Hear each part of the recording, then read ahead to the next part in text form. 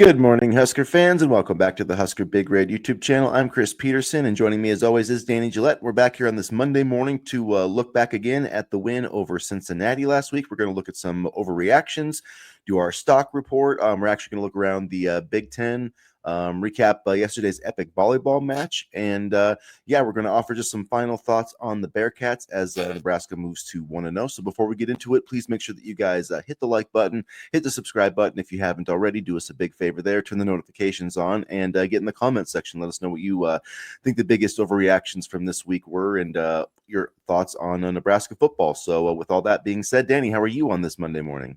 Good. I just last game of the night I watched Notre Dame Miami. What a game that was. I mean, a fun weekend of college football overall, and it was interesting to see CJ Carr. I mean, I remember Lloyd Carr, and now we got CJ Carr playing. It makes me feel a little old, but I thought CJ Carr played well. Not that this relates to anything Nebraska, but it just highlights a great weekend of college football. Yeah, a good week one of college football. Lots of interesting games. The Texas-Ohio State game, was pretty interesting. I didn't think that Arch Manning acquitted himself well at all. I think his Heisman Trophy hopes are done. I think he lost the Heisman Trophy on Saturday, at least for this season. So and there was some other really interesting results. I did not expect UCLA to get absolutely hammered like they did. I'm not surprised they lost to Utah, but the fashion of it did surprise me. So I don't know. That game in Pasadena might not be so difficult for the Huskers in November. We'll see.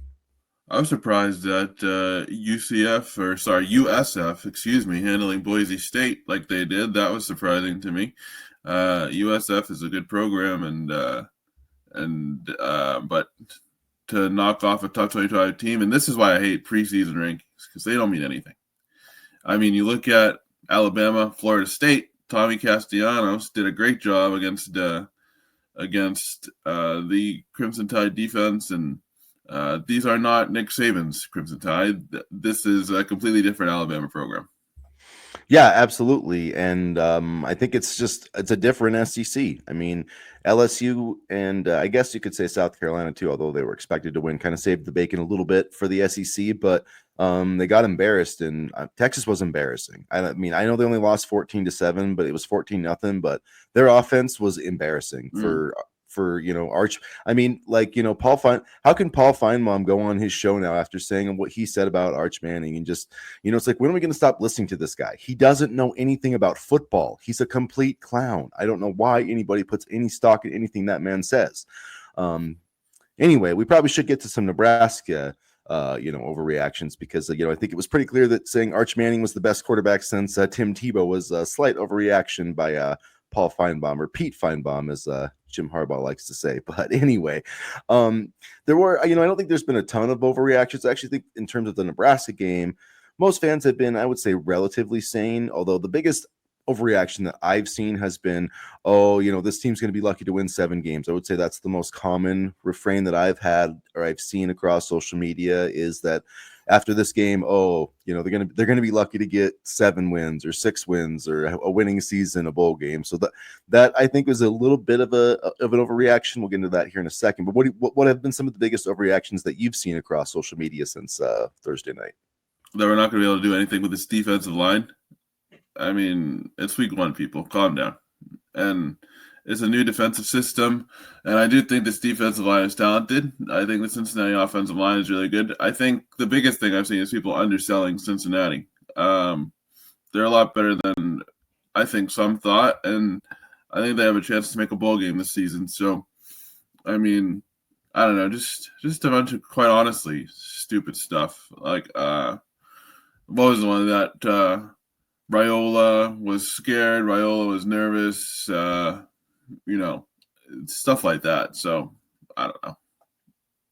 Yeah, I don't understand the criticisms of Raiola. I thought he played a really good game. I mean, he had one, questionable decision on that 4th and 2.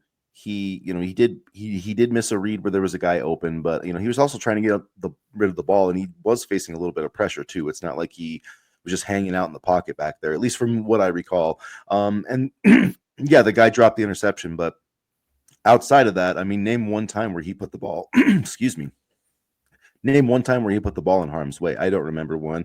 I thought he was accurate. He didn't have a ton of eye-opening throws, but that wasn't the task. That wasn't the job. Cincinnati was going to play everything with zone coverage, keep everything in front of him. And where he could have lost the game for Nebraska is, trying to play hero ball and trying to force the ball downfield and trying to, make plays that weren't there. That's how you lose. He made veteran decisions. He had 2 touchdowns and 0 interceptions. And if he plays like he did on Monday night, guess what? This team's going to win a lot of games this season. Mm-hmm. I mean, if he plays like he did on Thursday night, excuse me. I mean, and I think that, he took what the defense gave him. And I think that's important too, because Cincinnati, like I said, I think Cincinnati, was prepared for, balls to be thrown deep. And instead of forcing it, instead of trying to, like you said, play hero ball, he just took what the defense gave him. And I understand that it's not, what fans want to see. They want to see the big plays and whatever, but he did a good job of managing the game, I thought, and he did a good job of making sure all of his receivers got involved and, let them make plays after the catch. He didn't try to do anything too crazy. He just tried to take what the defense gave him. And I know one of the criticisms was that, the offense wasn't open and that Dana should open the offense more. But I thought for what the game was, I thought they did a good job of tailoring the offense to that. Yeah, I don't think it was. I honestly didn't have a problem with that. I think where the issue with the offense is they left some meat on the bone because they had, I think it was 5 possessions I counted that they were in Cincinnati territory that essentially ended up in amount with 3 points. They got 1 made field goal. They punted a couple times, had a turnover on downs. So there was a few possessions where they, could have scored more points, or maybe they had another field goal in there too. But so 6 points, I guess, and 5 possessions across the 50 only yielded 6 points. So, if you're going to be, elite quarterback, hopefully you can get more out of that, out of those opportunities. So that's one thing I think that they need to work on. Make sure you get that red zone touchdown or that goal to go touchdown in the second quarter. A penalty there doesn't help, but so that there was a few chances to get more points, but I don't think opening up the offense or whatever people were saying would have, led to much more. I thought the play calling was fine, and you have to call the game based on the opponent and the defense, that you're facing. So I thought that they ran the ball effectively, and if they just had a few more plays here or there, they would have scored, more points. They had well over 300 yards of total offense. So I thought it was a solid performance, by the offense. And truly, I don't understand, the criticisms of Dylan Raiola. I thought he had a really good opening game. I don't think it's time to start TJ Lateef yet, as some fans were saying. Yeah, people get a little crazy. I do understand some of the worries about the defensive line. I do think, there's some overreactions. It is one game. We have to see how things develop. But yeah, the grades were not great, especially for Elijah Judy. I think his run grade from PFF was like 32 or something, which, I mean, I'll preface this. I do not put that much stock in PFF grades, especially on the offensive line. Some of the other positions it's a little bit easier, but without knowing blocking assignments, I think it's a pretty difficult thing to, grade people. So I would view all the grades that PFF puts out with a grain of salt. I'll just say that. But however, I did see Elijah Judy getting blown off the ball quite a few times. So the run grade didn't surprise me there, and didn't surprise me that much with Van Poppel either. It also, I think, was concerning that Nebraska didn't, in all of the drop back passes from Brendan Sorsby, he didn't get sacked or hit one time. So I do think that that's something Nebraska has to improve, but doesn't mean the season's over because they, had one not so great game. Because Cincinnati does have a very solid defensive line, bolstered by one of the best or one of the top rated tackles in the portal, Joe Cotton. Both sides, I thought had solid lines. I thought Corleone, we talked about him being an NFL draft pick. So I think both sides had a really good line, and I would like to see a little bit more pressure. And I'm wondering if, they start to bring pressure from the linebackers or the edge more than just the defensive line. But we'll see how these next 2 games go, and before Michigan. And then, I'm not too worried yet. It's only 1 game, but I would like to see a little bit more pressure, maybe come not from the defensive line, but from, the linebackers. Yeah, we'll see. Ideally, you could get pressure with that front 4. So hopefully, that'll be the case. Hopefully those guys can start winning a little bit more up front. I was hoping that, Deshaun McCullough and some of those guys would get a little bit more pressure, but it is just one game, though. We have to see how things develop. I'm trying to think of any other, major overreactions, from this first game. I thought the coaching was good. I liked Matt Rule's decision making in this one. So, any other real overreactions on your end, Danny?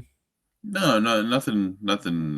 Those were just the big ones, but nothing crazy. Most people were happy with the victory on Thursday, and it was a good test on if they could win a close game, and they did. And I will say, when the game was in the nitty-gritty stages, the final stages, there were no stupid penalties, no fumbles, nothing like that. So I thought that was encouraging. I know we're talking about overreactions, but I thought that was encouraging. They handled it well, and they handled it with poise, I thought. There was the fumble from Bonner, but we did get it That's back. right. So but that's sometimes not a bad. After all the bad bounces the He got Huskers have leveled, gotten over too. the years, He got whacked. we were owed at least one decent bounce. So I would say the Raiola stuff, and then just people, it's possible Nebraska only wins 7 games this year, but we don't know that off of one game, and they got a Power 4 victory, so there's not a ton of other teams that can say that in week 1. So just be happy with that, take it to the bank, and let's try to go earn some more revenue this week. And all the Iowa fans that said that Mark Radowski was going to be better than Dylan Raiola can shut up now. Yeah, it's Iowa looks the same. They need to Iowa doesn't know what a good quarterback is. So let's look at the stock report for Nebraska. Stock up, stock down. Who you think improved their stock this week, and who you think it maybe hurt their stock this week? So I guess let's start with who potentially helped their stock. Who are some players who maybe their stock is rising after the Cincinnati game? Andrew Marshall. He was billed as a legit corner, and he is a legit corner. I mean, he has a chance to be one of the best corners in the Big Ten. Yeah, I'd say Isaiah Hunter. I don't know that everyone expected him to come out and play the way that he did. But made the great contested catch for the touchdown. He had the longest reception of the game, and the transfer portal receivers, I think both of them, proved worth whatever Nebraska paid them. They definitely lived up to the hype, and Nebraska wouldn't have won the game without them, right? Because both of the touchdowns were, Isaiah Hunter went up and beat a guy for the ball, got his feet got his foot, inbounds to catch the touchdown. And then Dane Key on that little RPO. I mean, he had to beat his guy off the line of scrimmage, that little slant route. I know he was wide open, but he had to beat press coverage in order to get open like that. So both of those guys being able to win those one-on-one matchups, it was a big reason why Nebraska won that game. And he had to time the play well too, because I think it was a RPO type play too. So he had to time it well coming off the line, and then he did it to perfection. Good play call too. Yeah, I thought I liked the RPO stuff. I thought that Dylan did a good job with it. And Emmett Johnson, I thought, did a great job running the football. Stock down maybe would be Makai Nelson and Isaiah Mosey. Not that I'm trying to be too critical of them, but I don't know. To me, just was curious that they only got 1 carry each. Maybe they have a little bit more confidence in Quentin Ives, and maybe if he gets back healthy, he'll get more opportunities. I know whoever the number 2 back or the backup guys will get more chances this week. I think Nebraska should go as light as possible the next 2 weeks with Emmett Johnson, with that Michigan game looming. But I would like to see somebody else in that running back room kind of emerge with some sort of production here in the next 2 weeks. Stock down for me, Elijah Judy. Again, only 1 game, but he did get blown off the ball a couple times, and it did look like he struggled in some instances. So, nothing to be too concerned about yet, but the Cincinnati offensive line definitely gave him fits. Yeah, he didn't have any. I think he played 30-some snaps and didn't even have like a tackle, and not even a shared tackle or a tackle assist. So to me, that was a little concerning. I'm wondering if there'll be, a shakeup, this week. Not that Riley Van Poppel was worlds better, but it's a week-to-week thing, and it's college football. These are still young guys, so the way that you play 1 week does not necessarily reflect how you're going to play another. So hopefully those guys can improve there. But definitely, yeah, I can understand that one. In terms of stock down, or I would say, let's see, stock up. I think Donovan Jones is another guy I wanted to mention. Andrew Marshall played really well, but I thought Donovan Jones did too. He had a key pass breakup that I can remember. And I think you, as Nebraska football fans, you can feel really good about the top three cornerbacks for this team, which to me, that your third cornerback is essentially a starter anyway. Jones played essentially the snaps of a starter. And I just feel like that position has been, from where Nebraska was, in the Frost days, that position's been truly upgraded where, there's a good one at each corner spot right now. Luke Lindenmeyer played, really well. I thought. I think he could be one of the best, maybe one of the best tight ends in the Big Ten. He runs really well after the catch. He runs more like a wide receiver, doesn't he? And I thought that he played really well. 5 catches for 47 yards, but he showed that the tight end room is in good hands, literally and figuratively. Yeah. And I guess that's about it for me in terms of my stock report. Overall, I thought the offensive line, could play better, but not anybody there per se that I think their stock is going up or down. I do think that Elijah Pritchett, should be the starting left tackle on this team. After watching the games, I guess I could say one person stock down to me would be Turner Corcoran. I mean, he played 20 or 30 snaps at left tackle. They kind of had a 3-man rotation going there. And, to me, just from watching him with the eye test, he just doesn't, he looks like a guard to me. He shouldn't be out there at left tackle. Mm-hmm. So I think Pritchett, he graded out the best against PFF. He passed the eye test. I know he had the penalty, but if they can just get him, to stop making the penalties and get his head on straight, I think he's far and away the best tackle. And I think Gunnar Gatula would be best as the swing tackle. And, probably a backup might be needed on the right side with Prohashka's injury history. So, but yeah, Turner Corcoran, I think he needs to play guard. If he's the left tackle for Nebraska this season for an extended period of time, that's a problem. Yeah, and stock up Kyle Kunin. He drilled. What was it? 50? What was it? 52 yards? Yeah, 52 yards. He drilled that. There was enough room to make it, and he absolutely drilled it. That's a tough kick to make. He had a great game. The special teams, I thought, had a great game, but I want to give props to Kunin. And I was interested to see what we would get from him as a starting kicker, and he certainly passed the first test. Yeah, absolutely. And I want to praise Archie Wilson as well here, but we'll do that in our next section. Liked and loathed, the things that we liked and the things that we loathed from Nebraska's win over Cincinnati. I liked Archie Wilson getting 2 punts down inside the 10-yard line, including one in the fourth quarter, which did help Nebraska seal the victory. When you make your opponent go the entire length of the field, it does really help your defense. And I thought the Australian was really good in his debut. I like the fact that the 2 transfer portal wide receivers instantly made an impact, a touchdown each. We talked about it just a couple seconds ago. Hunter, Key. I mean, you want your top transfer portal targets to make an impact early, and they did.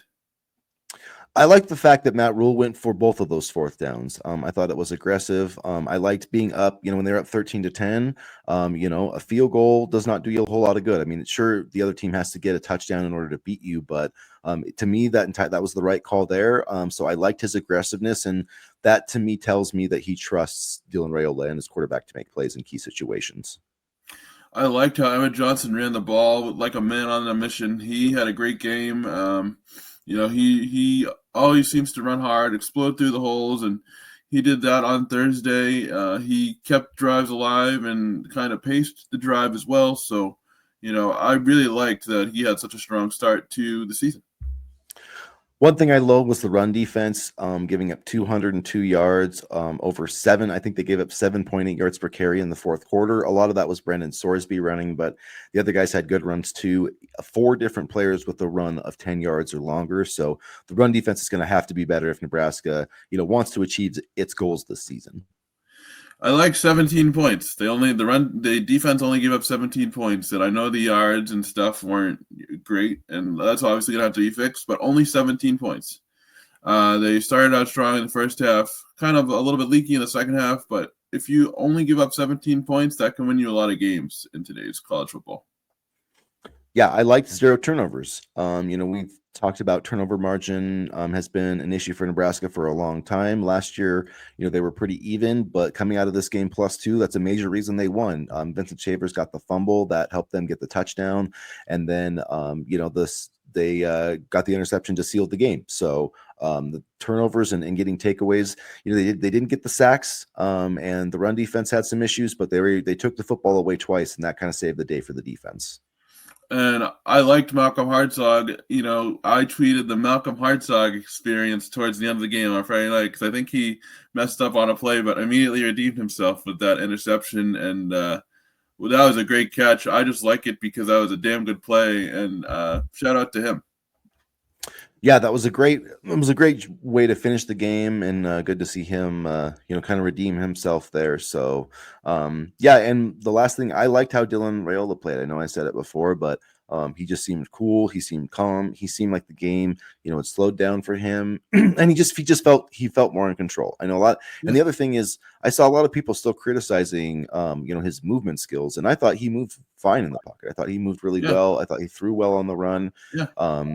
He's not going to be Cam Newton. I don't know what people, but I thought that his footwork in the pocket was much better, and I thought that allowed him to be much more efficient. So, Dylan Raiola, I think he's going to throw for, he may set the program record in passing yards this year, but I definitely think he's going to have over 3,000 yards and over 20 touchdown passes. I think people are so used to mobile quarterbacks. They just want the mobile quarterback to keep being a thing. And Dylan Raiola is not going to be that, but I did think he moved well.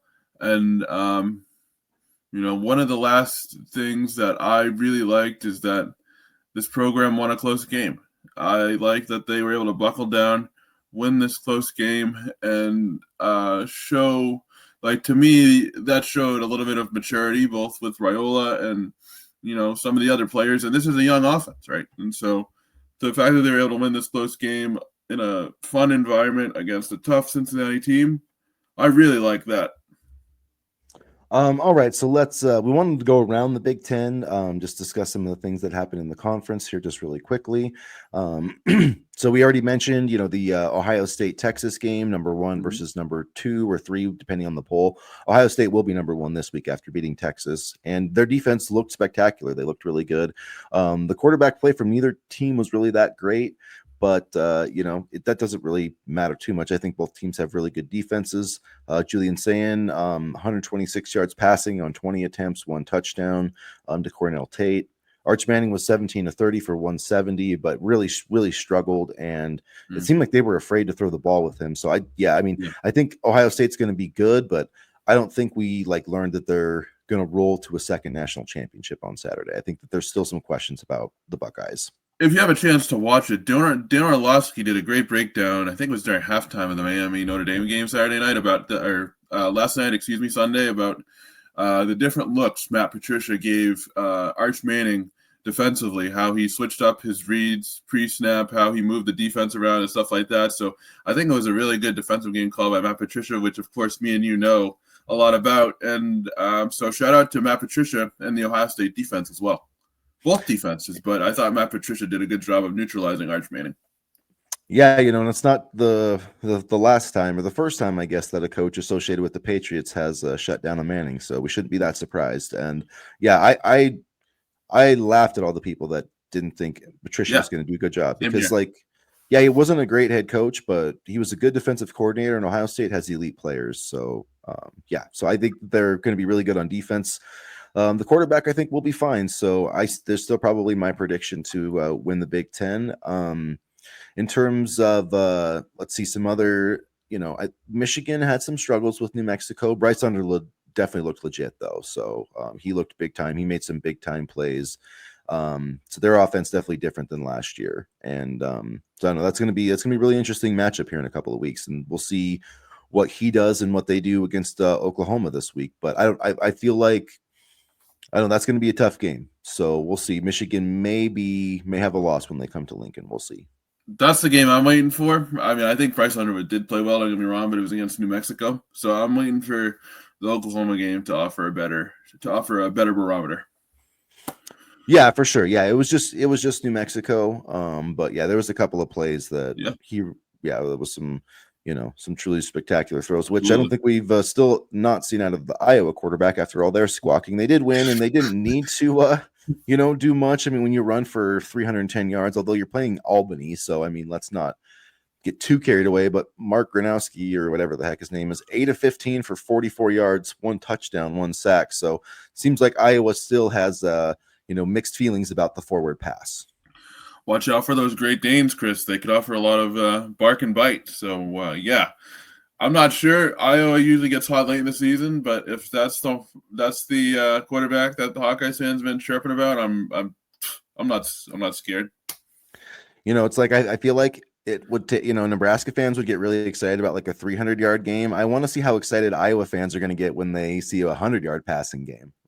And it's not even a Gronowski thing. It's been like a historically, Iowa thing. Like they can't just find a 300-yard passer. Yeah, I mean, the days of Ricky Stanzi and Brad Banks seem long time ago, but Ricky Stanzi is a good quarterback, yeah. But they're still winning games. So I mean, we're talking a lot of crap, but we still have to find a way to beat him this November. Yeah, I don't think there was anything else to create. The 43-10 Utah beatdown of UCLA did surprise me. That surprised me. It's not, like I said, I'm not surprised that they lost, and there was like nobody there. So yeah, yikes, that was not good. Indiana played pretty well. Tulane beat the crud out of Northwestern, so they must not be very good. I thought that would be a competitive game. Illinois looked legit. But yeah, I mean, I don't think you can take too much away from week one, good or bad. So Penn State rolled. So yeah, did anything change your like what you think the hierarchy is at the Big Ten this week? I mean, did you waver on any of your predictions after week one? Not really. I mean, just from the pure eye test, I thought Iowa would have been a little bit better. Like, all joking aside, like I thought they would have had something in the tank, but I guess not yet. Yeah, I don't think anything really changed for me. I mean, I did think that Michigan would win more impressively against New Mexico, but there were some kind of fluky things that led to some points, a trick play, and then probably the worst targeting call I've ever seen in my life. Jayshon Barham he sacked the quarterback. He came off an edge blitz, wrapped his arms around, he hit the quarterback, took him to the ground, and they called him for targeting and ejected him from the game, which is it's just a really dumb rule that they do that. I mean, I understand the penalty, but when it's such a tight call one way or another, because now unless Michigan wins an appeal, he'll miss half the Oklahoma game.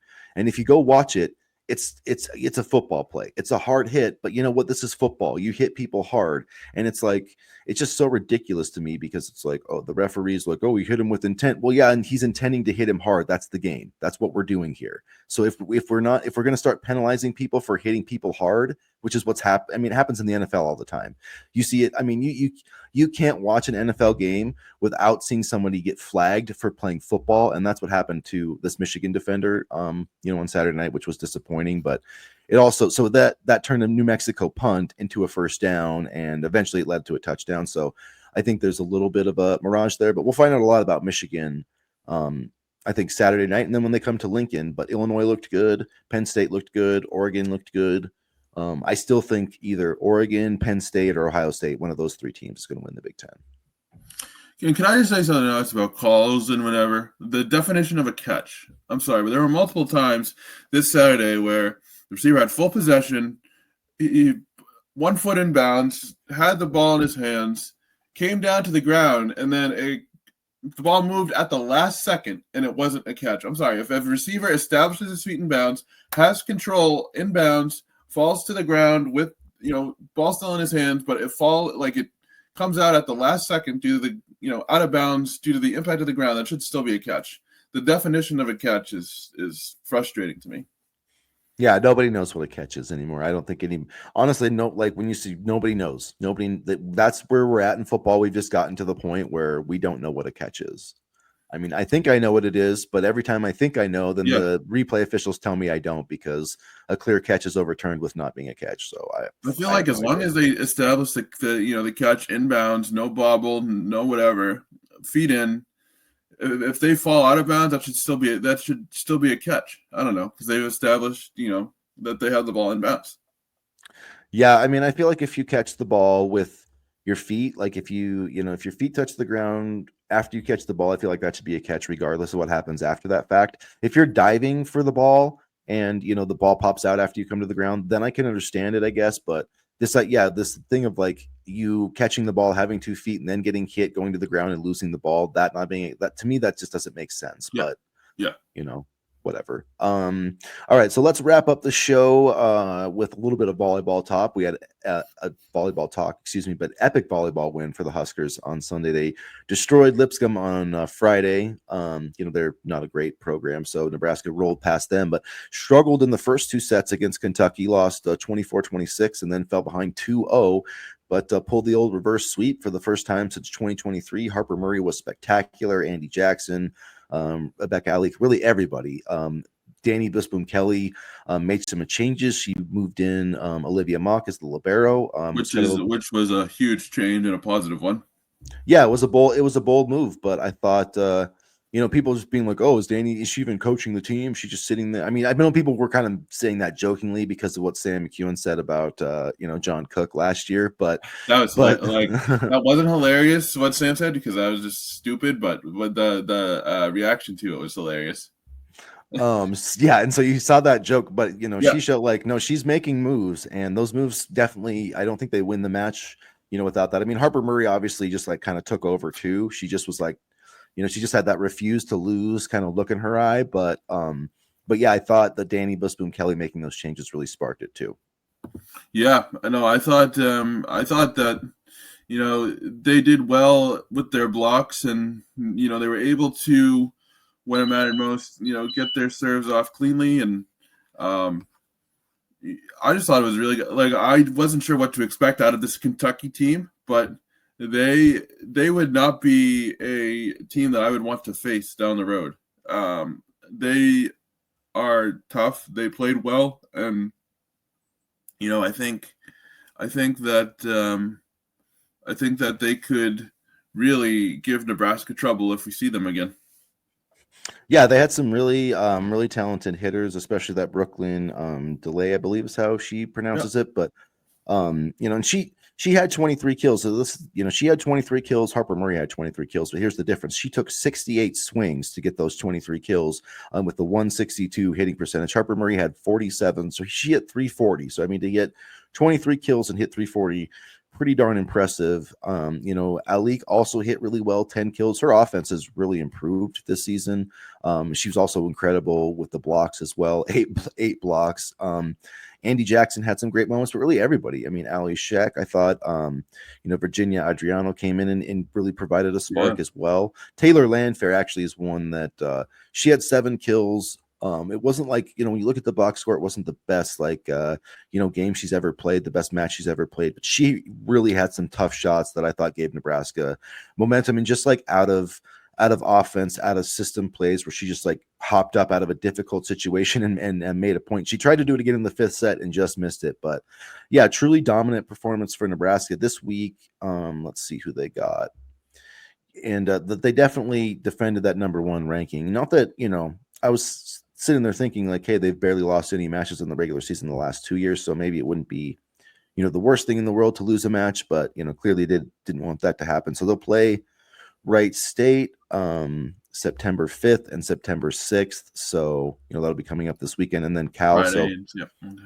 And then then they host Nebraska or Cal on Sunday. ACC rival Cal. So a few more interesting matchups coming up this week, but I don't know if I would expect any of those teams to hang around with Nebraska, though you never know.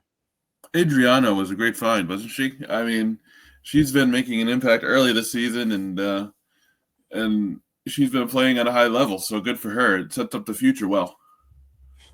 So we will be back. We'll wrap that up here. You guys will be back on Wednesday. We're going to look ahead to Akron. We'll touch on some recruiting things. Got a big spread this week against Akron, I think 35.5 points. So we'll talk about whether the Huskers can cover that. We'll talk about getting to know the Zips. Hopefully we don't have a repeat of what happened last time Akron came to town.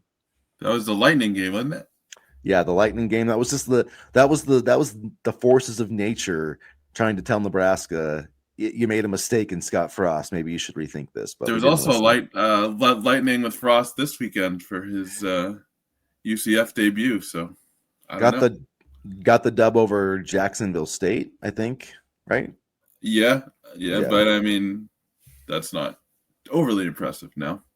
No, and it's interesting because Jacksonville State is not from Jacksonville, Florida. It's actually from like Jacksonville, Alabama, or Yeah, something. So, yeah.